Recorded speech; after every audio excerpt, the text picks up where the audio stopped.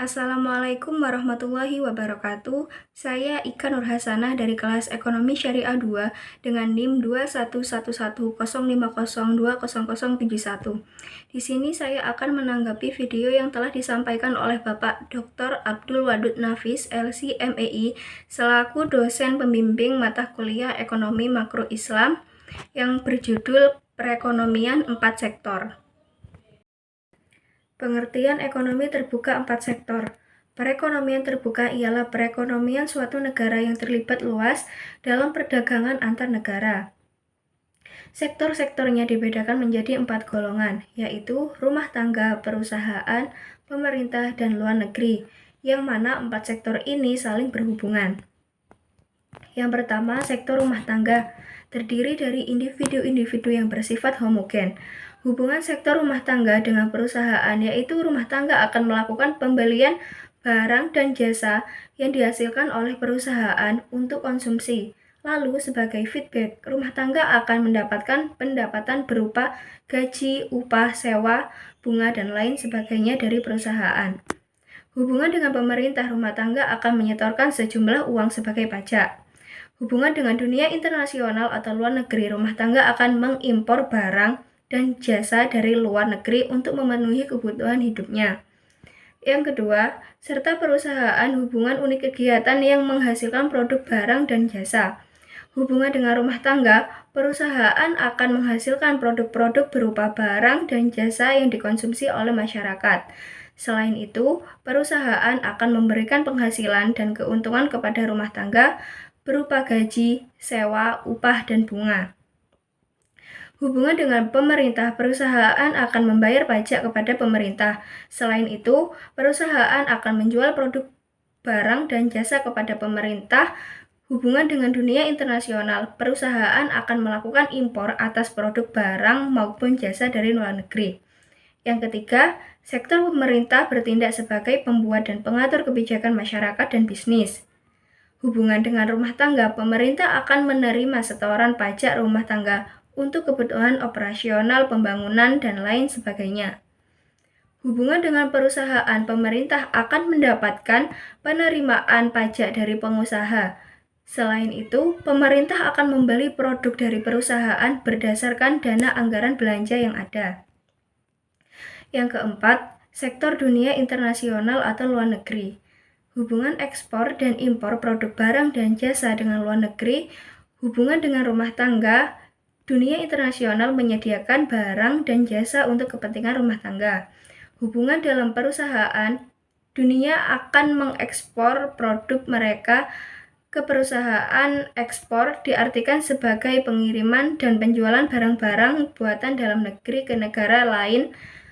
Pengiriman ini akan menimbulkan aliran pengeluaran yang masuk ke sektor perusahaan.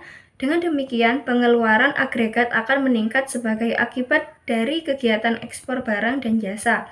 Dan pada akhirnya, keadaan ini akan menyebabkan peningkatan dalam pendapatan nasional. Selanjutnya, konsekuensi dari perekonomian terbuka.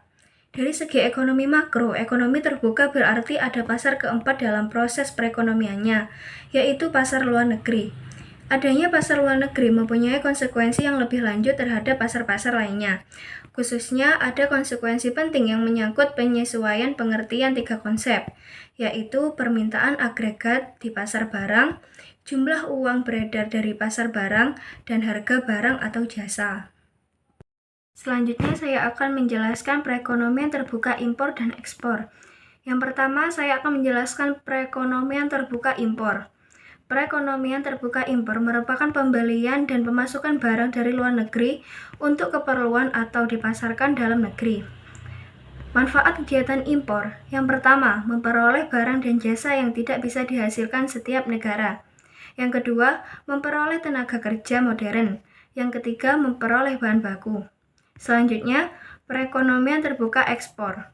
Perekonomian terbuka ekspor adalah barang dan jasa yang diproduksi dalam negara dan dijual di luar negeri. Jika suatu negara membuka perdagangan internasional dan menjadi pengekspor suatu barang, maka produsen domestik barang tersebut akan diuntungkan dan konsumen domestik barang tersebut akan dirugikan.